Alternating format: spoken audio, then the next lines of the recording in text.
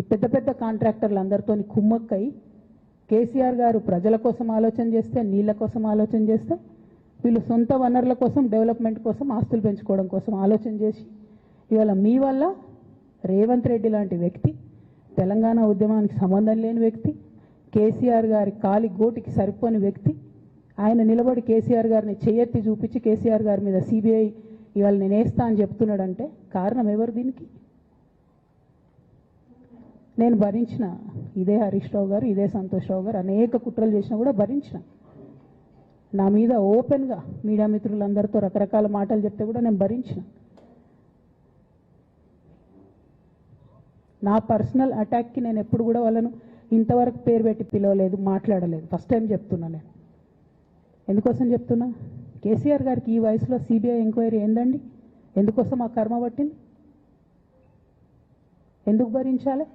ఇటువంటి వాళ్ళని చూస్తూ ఎందుకోసం ప్రొటెక్ట్ చేసుకోవాలి? బీఆర్ఎస్ పార్టీ తమ్ములకు కోపం రావచ్చు, కానీ వాస్తవాలు చేదుగున్నా అప్పుడప్పుడు మాట్లాడుకుంటేనే, మందు తీసుకుంటేనే ఆరోగ్యం మంచిగా అవుతుంది. ఇట్లా చెప్పుకుంటూ పోతే చాలా చాలా అంశాలు ఉన్నాయి. వాటన్నిటి జోలికి నేను పోదలుచుకోలేదు. కానీ కేసీఆర్ గారు హిమాలయ పర్వతం అంత ఎత్తు లాంటి పర్సనాలిటీ ఆయనది. ఆయనను చేయబెట్టి చూపించి అవినీతి అని అంటే నిజంగా చాలా బాధ అవుతూ ఉన్నది. ఎందుకంటే నా పెళ్ళప్పుడు నా పెళ్లి చేయడానికి కూడా ఇబ్బంది పడ్డటువంటి వ్యక్తి ఆయన. రాజకీయాలలో 40-50 ఏళ్ళు ఉంటే కూడా ఆస్తులు సంపాదించుకోలే కేసీఆర్ గారు. అనేక మంది అలా మాట్లాడుతుంటారు, చాలా మాటలు మాట్లాడుతుంటారు. కానీ నాకు తెలుసు, నేను దగ్గరుండి ఆర్థిక పరిస్థితి చూసిన కాబట్టి ఎన్నడూ ఆయనకు ఆశ లేదు. అటువంటి మనిషిని పట్టుకొని సిబిఐ ఎంక్వైరీ ఇస్తాం, ఇదేస్తాం, అదేస్తాం. ఎవరు కారణం దీనికి అంతటికి? ఈ చేతగాని కాంగ్రెస్ ప్రభుత్వం మీ ఏసీబీ వాళ్ళు పోయి కాళేశ్వరంలో పనిచేసిన 3 ఇంజనీర్లను పట్టుకుంటే ఒక్కొక్క ఇంజనీర్ దగ్గర 100 కోట్ల ఆస్తులు వెళ్తే మీకు ఎందుకు ఎంక్వైరీ చేసే దమ్ము లేదు? వాళ్ళు వెనకాల ఎవరు ఉన్నారో ఎందుకు ఎంక్వైరీ చేస్తలేరు? ఖచ్చితంగా నేను ఇవాళ చెప్తా ఉన్నా, హరీష్ రావు గారు వెనుక, సంతోష్ రావు గారు వెనుక రేవంత్ రెడ్డి గారు ఉన్నారు. వాళ్ళని ఖచ్చితంగా కాపాడతారు అన్ని విషయాలను.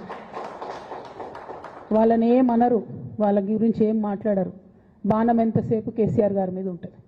కేసీఆర్ గారిని మాట్లాడాలి, కేసీఆర్ గారిని బదనాం చేయాలి. కానీ దగ్గరుండి ఈ అవినీతి అనకొండలు బీఆర్ఎస్ పార్టీని ఏదైతే డిస్టర్బ్ చేసిండ్రో వాళ్ళని మాత్రం ఏమనరు.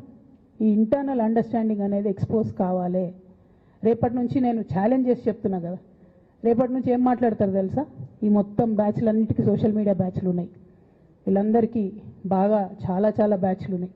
వాళ్ళంతా రేపటి నుంచి ఏమంటారు? నన్ను ఒకళ్ళు బీజేపీ ఆపరేట్ చేస్తుంది అంటారు, ఒకళ్ళు కాంగ్రెస్ ఆపరేట్ చేస్తుంది అంటారు, ఒకళ్ళు రేవంత్ రెడ్డి చెప్తే మాట్లాడుతుంది అంటారు, ఇంకోళ్ళు బండి సంజయ్ చెప్తే మాట్లాడుతుంది అంటారు. ఖబర్దార్ బిడ్డ, నేను ఎవరు చెప్తే ఆడేటటువంటి తోలుబొమ్మని కాదు. నాది నాది నాది నాది కేసీఆర్ బ్లడ్, నాకు తెలంగాణ బ్లడ్. ఇండిపెండెంట్గా నేను అనుకున్న విషయాన్ని చెప్తున్నాను.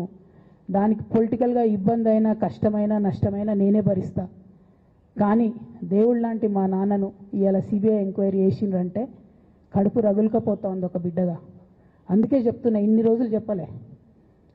ఆ మధ్యలో పోయినసారి నా కొడుకు గ్రాడ్యుయేట్ అయినప్పుడు వచ్చినప్పుడు నేను మా నాన్నకు రాసుకున్న లెటర్ లీక్ చేస్తే కూడా ఆ 70, 80, 90 రోజుల నాకు నరకం చూపిస్తున్నారు. ప్రతిరోజు సోషల్ మీడియాలో ఇష్టం వచ్చినట్టు రాపిస్తున్నారు. ఎప్పుడు వీళ్ళ పేర్లు తీసుకోలే, ఇష్టం వచ్చినట్టు ప్రెస్ వాళ్ళకు మాట్లాడుతూ చాలా విషయాలు చెప్తున్నారు. ఎప్పుడు వాళ్ళ పేర్లు తీసుకోలే. ఇలా తీసుకుంటున్నా, ఎందుకంటే విషయం నాది కాదు. ఇది తెలంగాణ పరువు ప్రతిష్టకు సంబంధించిన విషయం. ఇలా దేశంలో ఏ మూలకు పోయినా, ఎక్కడికి పోయినా కేసీఆర్ అంటే ఒక మహానాయకుడు, త్యాగం చేసిన నాయకుడు అని చెప్పి మాట్లాడతారు. రేపటి నుంచి ఏం మాట్లాడతారు? సిబిఐ ఎంక్వైరీ చేస్తే ఏం మాట్లాడతారు? కేసీఆర్ అంటే సిబిఐ కేసు అంటారు. మా నాన్న పరువు పోతే నాకా బాధ, మీకా? మీకు పైసలు కావాలి కదా, మీకు పేరుతోనేం పని?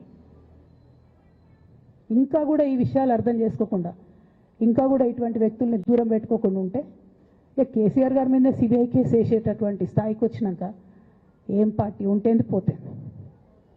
బీఆర్ఎస్ పార్టీ నాయకులు నన్ను తిట్టుకున్నా సరే, లోకల్ బాడీ ఎన్నికలలో నాకు నష్టం జరుగుతుంది అనుకున్నా సరే, మా నాన్న మీద సిబిఐ ఎంక్వైరీ పడ్డాక ఏముంది, తొక్కల ఎలక్షన్ ఒకటి గెలుస్తారు, ఒకటి ఓడిపోతారు. అసలు ఓడిపోయే పరిస్థితి ఎట్లా వచ్చింది? ఇటువంటి దుర్మార్గుల వల్ల కాదా వచ్చింది? ఆలోచన చేసుకోవాలి కదా. అంటే నా దగ్గర పైసలు ఉన్నాయి, టీవీలు ఉన్నాయి, సోషల్ మీడియాలు ఉన్నాయి, ఏటు పడితే అటు మాట్లాడతామంటే తోలు తీస్తాం చెప్తున్నా నేను. గీత గీసుకుంటాం బిడ్డ. మీరు ఒక్క కమెంట్ పెడితే మేము 10 చేస్తాం. ఏది పడితే అది మాట్లాడచ్చు సోషల్ మీడియాలో అనుకుంటూ చూసుకుంటూ ఊరుకుంటున్నా.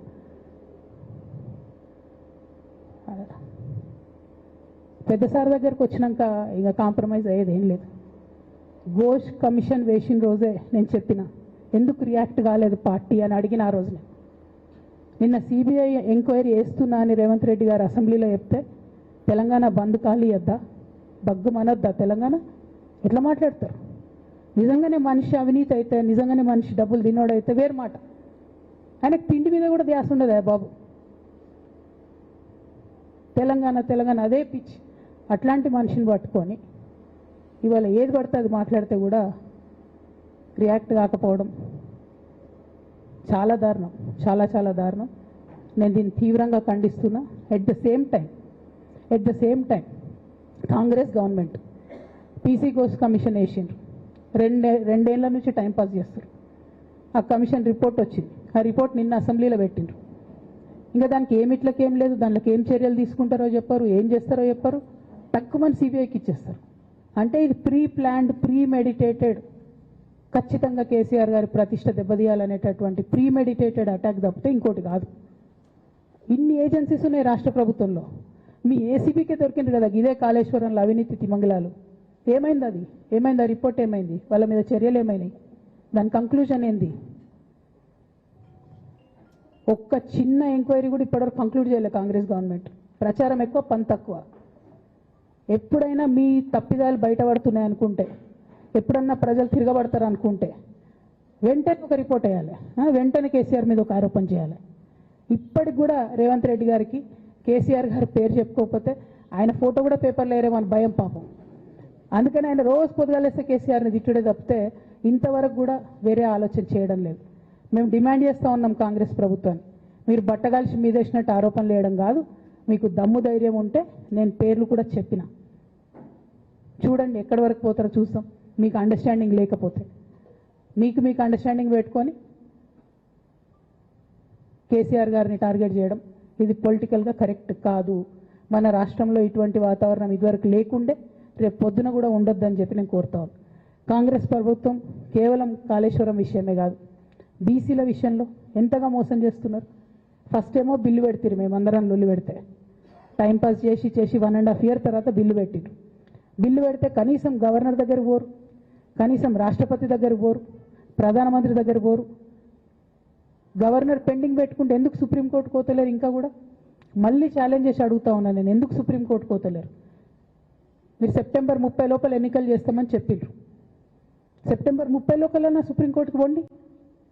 డీమ్ టు బి అప్రూవ్డ్ అనుకుంటే ఇదే ఎలక్షన్లో బెనిఫిట్ అవుతుంది కదా బీసీలకు. ఆ తర్వాత ఇంకొక ఆర్డినెన్స్ తెచ్చిరు, అది పెండింగ్ ఉంది గవర్నర్ దగ్గర. కనీసం దాని మీద సుప్రీంకోర్టు కోండి, దాని మీద కూడా పోతలేరు. మళ్ళీ నిన్న కొత్త కథ, 50% స్లాబ్ ఎత్తేస్తామట.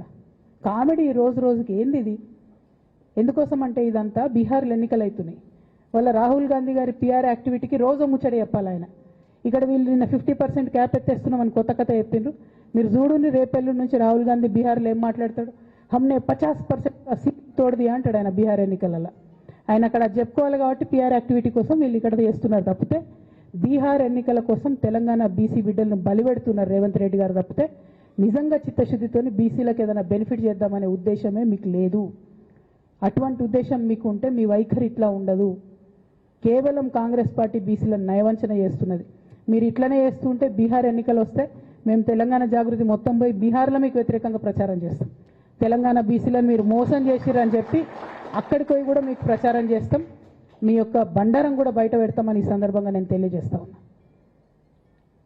బీసీల విషయమైనా కాళేశ్వరం విషయమైనా చిత్తశుద్ధి లేనటువంటి కాంగ్రెస్ పార్టీని ఖచ్చితంగా మీ వైఖరిని ఎండగడతామని చెప్పి తెలియజేస్తూ, సిబిఐ ఎంక్వైరీ చేసుకున్నా మీరు ఏ ఎంక్వైరీ చేసుకున్నా కేసీఆర్ గారు మాత్రం కడిగిన ముత్యంలాగా బయటకు వస్తారని మళ్ళొకసారి తెలియజేసుకుంటూ మీ అందరి దగ్గర కూడా నేను సెలవు తీసుకుంటా ఉన్నాను. Thank you. జై తెలంగాణ, జై జాగృతి, జై కేసీఆర్.